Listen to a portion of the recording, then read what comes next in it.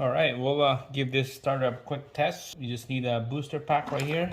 So fully charged, ground it out. We'll ground this cable to the housing. There you go. And then power right here.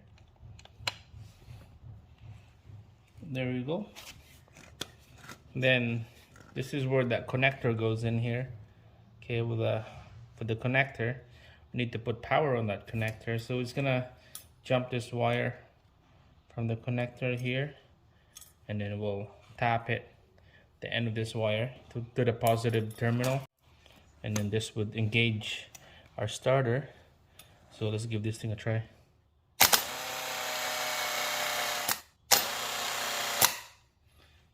It worked for now, but someday this is not gonna work someday. There you go, guys, look at that. I could feel the warm already. Right here, this cable right there, it's getting hot. There you go.